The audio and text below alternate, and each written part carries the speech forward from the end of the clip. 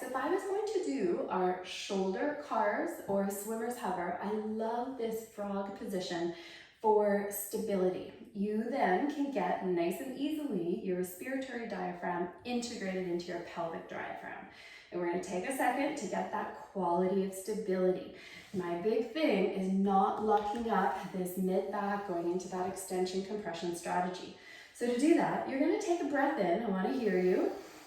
And when you breathe out, I want you to anchor these ribs down. Bring them all the way down.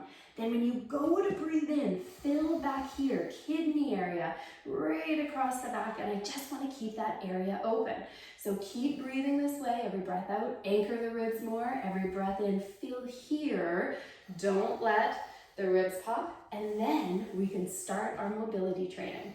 So reminder, if now you have that quality of stability and you want to do your shoulder car, you're going to keep irradiating, which means use that core and breathing pattern and go find your shoulder flexion. But check your ribs. Did you lose that opening, that expansion in the back?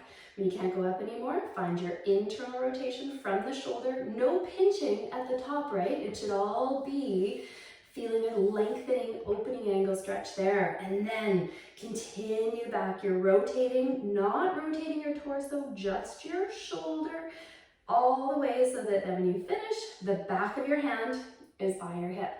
Then reestablish that control and then push into extension, long back of the neck, shoulder blades wide. Find your external rotation, and then all the way up. Keep that arm up to the sky. You're clearing your ear, coming back down for a shoulder car. Or if you want to use this for your swimmer's hover base position, so good for control. Set up that pattern and then shoulder blade back. But check those ribs, elbow back. How are the ribs? Lift your hand off, but only if you didn't compensate.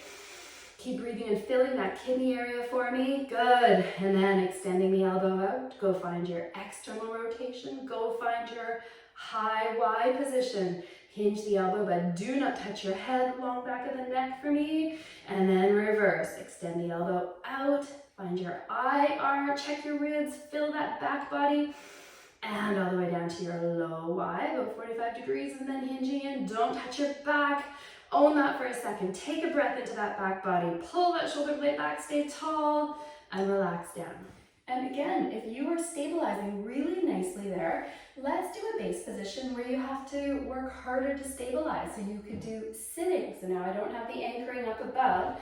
Still have respiratory diaphragm integrated into pelvic diaphragm. So that's still a bit easy, but a little more challenging than that frog position.